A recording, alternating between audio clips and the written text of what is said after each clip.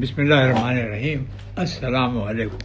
साहब आपकी खिदमत में हज़रत वाला नसीम दुरानी हाजिर है और ये एपिसोड हमारा होगा 64, क्योंकि लोगों ने कहा भाई आपका एपिसोड का नंबर तो हमें बताया करें हमें कौन सा एपिसोड है, और हम जाके उसको अपने पास रेगुलर कर लें कि भाई इतना हो गया, इतना सुन लिया।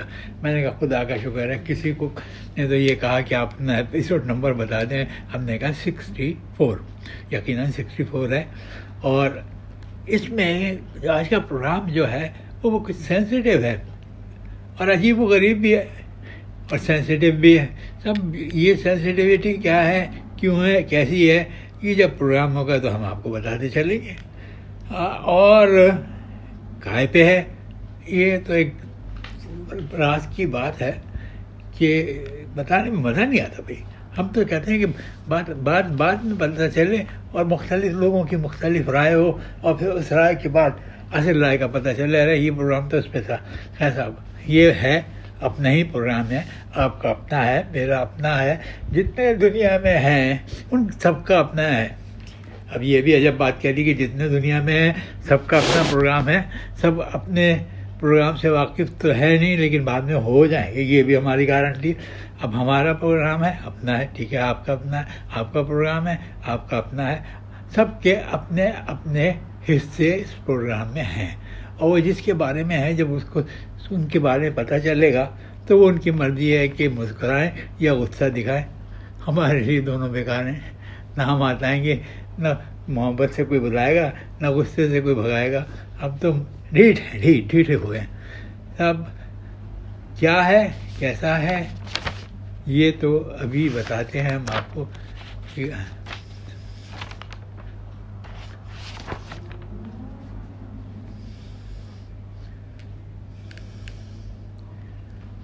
जी जनाब, तो शुरू करते हैं साहब। इंसानी जिस्म में एक सबसे ज़्यादा अहम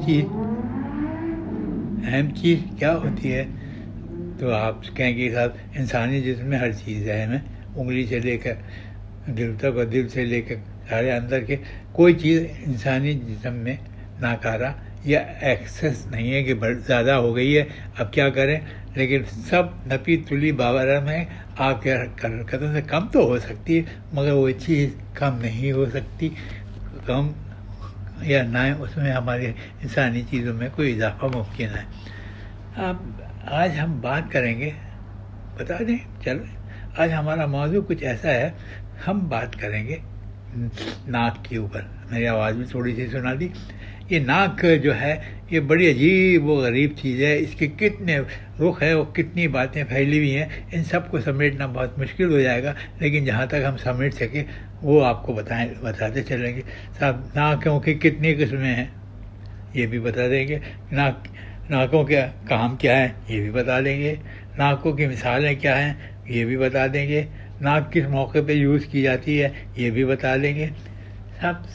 लेकिन है नाक, छोटी हो बड़ी हो, नाक की अहमियत बराबर है। साहब आज से नाक के यहाँ से स्टार्ट करते हैं। साहब नाक की सबसे पहली खूबी ये है, कुछ लोग तो नाक से बोलते हैं, है करके बोलते हैं, और वो भी एक अपनी अलग निशानी है कि इन साहब कौन सा वो, अच्छा वो दुरानी साहब जो नाक से बोलते हैं, हाँ करते हैं, तो आप पहचान जाएंगे हाँ वही है। लेकिन एक बोलते हैं, और नाक की एक परेशान कौन काम भी है। वो परेशान कौन काम है कि साहब रात को जब दुनिया सोए तो नाक अपना काम दिखाए। कहने लगे दुनिया सोए नाक अपना काम दिखाए, तो भाई वो क्या होता है? कहने लगे साहब वो ये होता है, अगर आप अकेले हैं और तो फिर जो कुछ भी है आपको कोई फ़र्क नहीं पड़ेगा, लेकिन अगर आप अहले खाना में से हैं तो हर 2 घंटे बाद आपकी बेगम में कौन सी मारेगी, वो कहेंगी क्या वो है जी खर्राटे। वो खर्राटे इतनी जब वो गरीब की चीज़ है, पैदा हो तो ऐसा लगता है जैसे कोई गाड़ी किसी की अटक गई है, वो सैस मार रहा है और उस धचके से स्टार्ट हो रही है। हमारे एक जानने रिश्तेदार थे, उनके खर्राटे तो मेरे ख्याल में एक आदमी तक सुने जाते थे, हर कर जाते, फिर अट रुक जाते थे, फिर झटका खा के फिर तो साहब अभी 2 तक हम पहुँच गए। जो कुछ लोग ऐसे होते हैं जो नाक को नाक को कहते हैं कि नाक ये रास्ता दिखाने के लिए, सीधा रास्ता दिखाने के लिए, इससे अच्छा कोई कंपास नहीं है, कोई खतरा वो नहीं है। आपकी नाक की सीध में चले आइए, जहाँ भी चला जाना है, अगर वो सीध में पहुँच गए तो पहुँच गए, तो नहीं। अब आगे जनाब इसमें नाक की एक और को भी लिखी हुई है, वो है नाक जो है वो नकेल डालने के काम आती है। नकेल डाल के उसको काबू किया जाता है। इसको ज़रा आप थोड़ा सा सोच के रखिएगा। इसमें एक बहुत बड़े वो है, मतलब अजीब व गरीब बात है ये कि नाक जो है वो नकेल डालती है। जैसे आपने गाय भैंसों के गले में देखा होगा, वो नाक से एक रस्सी निकलती है, वो इतनी उसको तकलीफ दे होती है, वो सीधी हो जाती है नकेल से, बड़े बड़े सीधे हो गए नकेल से।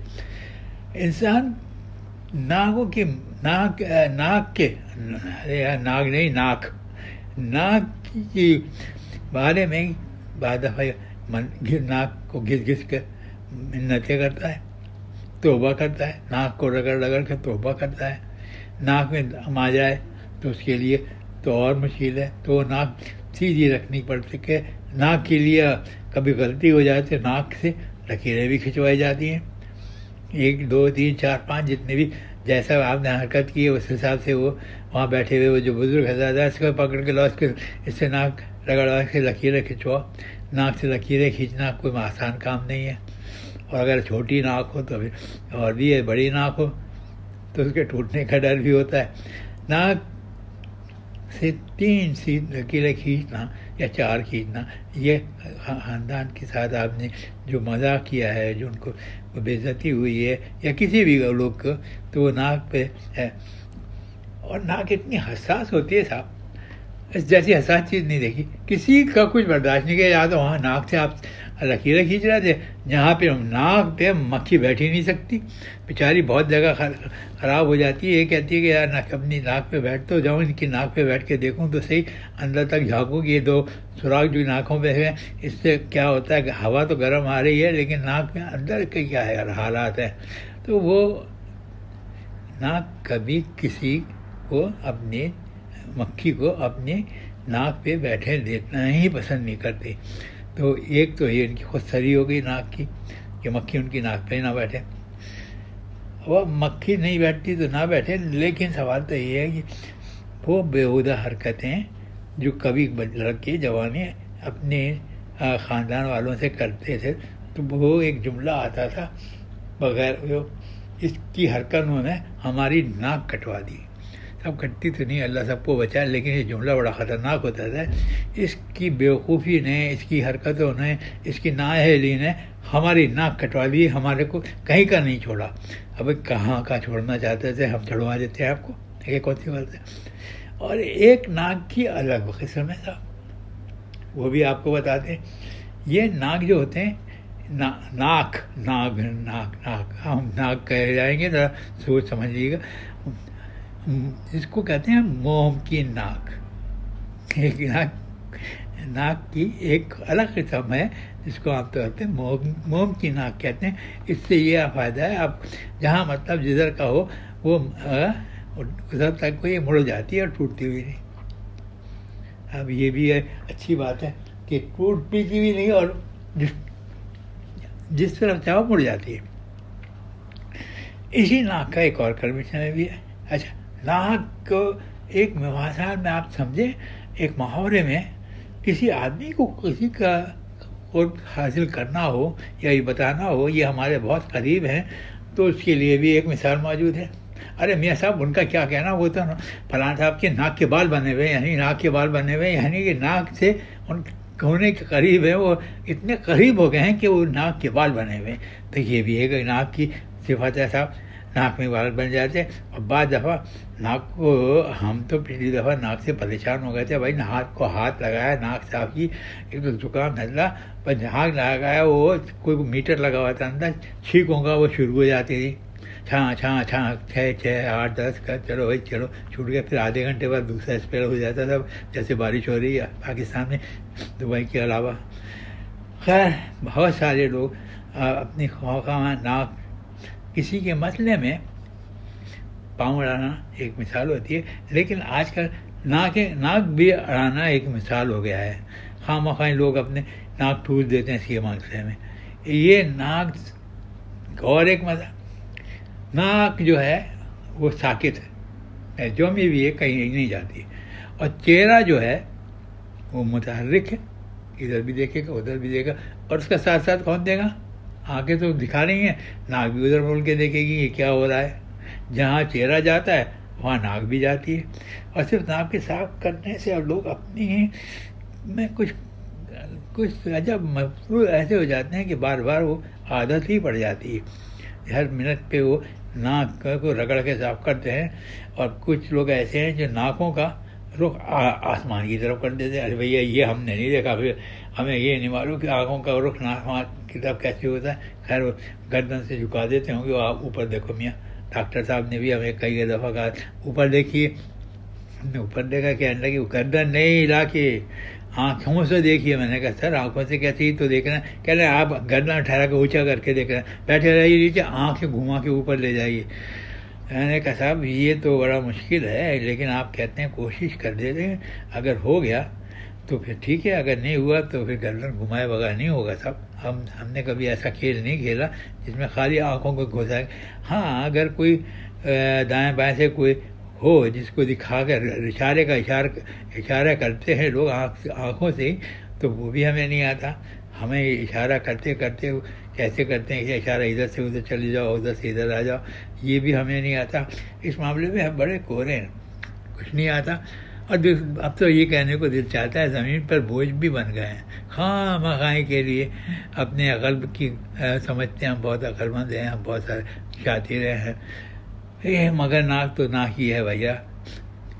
नाक कट भी जाती है साहब, वो बड़ी बुरी बात होती है। किसी की नाक कट गई, कारोबार से भी गए, इधर से भी गए, और सब जगह से बट्टा बैठ गया कारोबार का, क्योंकि नाक कट गई ना। खांसी अगर मुहावरे में भी हो तो वो भी तबाही का बायस बनती है, और नाक बाईस से फसाद भी बच जाती है।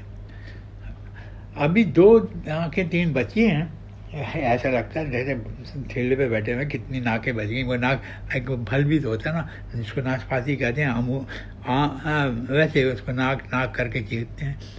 तो पिछले दफ़ा बड़ा मज़ा आया। हम नमाज मस्जिद के बाहर ठेले लगा होता था, उस पर बेचते था। तो एक ठेले वाला ज़ोर ज़ोर से आवाज़ लगा के कह रहा आ गया रसौली आ गया, रसौली आ गया। मैं गया भैया बात सुनो, क्या कौन सा आपके पास आम है? कहना कि रसौली। अरे मैंने कहा इससे पहले तो मूंगफली बेचता था क्या? क्या नहीं जी। तो मैंने कहा कि ये नाम तो किसी से पूछ ले, रसौली तो एक मर्द है, पेट में हो जाती है, गट्टी बन चलती है, और तू कह रहा है आम रसौली। मैंने अब वो रुक गया, कहने लगे सर आप सही बता दो इसका सही नाम क्या है। मैंने कहा तू लेगा? कहने लगा हाँ। मैंने कहा रसौली बीमारी, और सरौली जो है रसवाला वो आम का दूसरा नाम है जो असली में बिकता है, कीमती ना आम है। कहने लगे कहना शुरू कर दूँ? मैंने कहा हाँ कहना शुरू कर दे, मैंने कब मना किया है। अब बचे 2 और 1 तीन नाकें हैं। 3 नाकें किसी इंसान की होती हैं तो कितना मज़ा आता हो ना, कि 1 2 3 नाक हैं। अब मुश्किल तो ये होती है कि किस नाक से दरिया बह रहा हो, किस नाक में सूखा पाया, लेकिन सब काबू में आ ही जाती। तो अब 3 हैं नाकें रह गई हैं। 3 नाक जितनी हैं, एक आखिर में हम बताएंगे, वो तो भाई बड़ी तबाहकुन नाक है, उसका क्या पूछे। उसको वो इशारे में इतनी बड़ी बात समझा दी जाती है कि लोग समझ भी नहीं पाते, और जो समझने वाले हैं वो समझ लेते हैं। हाँ पहली जो ख़तरनाक बात है वो नाक है ख़तरनाक, यानी नाक है ख़तरनाक, आप समझे आप। और दूसरी है नाक है ख़तरनाक, और दूसरी है नाक है खौफनाक। कहने के बाद नाक है ख़तरनाक और नाक है खौफनाक, दोनों नाकें तो बड़ी ऐसी ख़तरनाक बातें आप कर रहे हैं आज नाकों के बारे में, अब तो देख लेंगे। हाँ हमारी अभी नाक के बारे में बताया, एक हमारी छोटी पोती है 5 साल की, उसने छोटी और जब 4 साल की थी तो उसको कहते थे तो वैसे तेरी नाक कहाँ गई, वो रोते हुए हाथ लगा के कहती थी अपनी अम्मा के वो मुझे अब दादा तो नहीं कहती, अब्बा ही बोलती है। अब्बा कह रहा है मेरी नाक कोई ले गया, देखा अब है या नहीं है। वो कहती नहीं, हाँ हाँ हाँ है, ये रही हाथ पकड़। तो वो नाक जो है, अब एक नाक रह गई, वो बच्चे की नहीं है, वो बड़े तारीखी नाक है वो। अब आप तारीखी नाक किसको कहते हैं ये भी बता देते।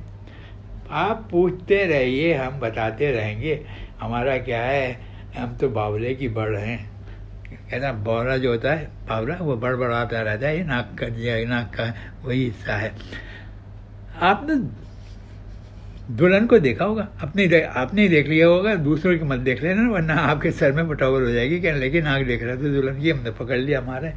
तो नाक जब आपने दुल्हन की देखी, दुल्हन बनी होगी, आपके सामने आई होगी, तो नाक में एक छल्ला सा गोल सा बना होता है जिसको कहते हैं नथ।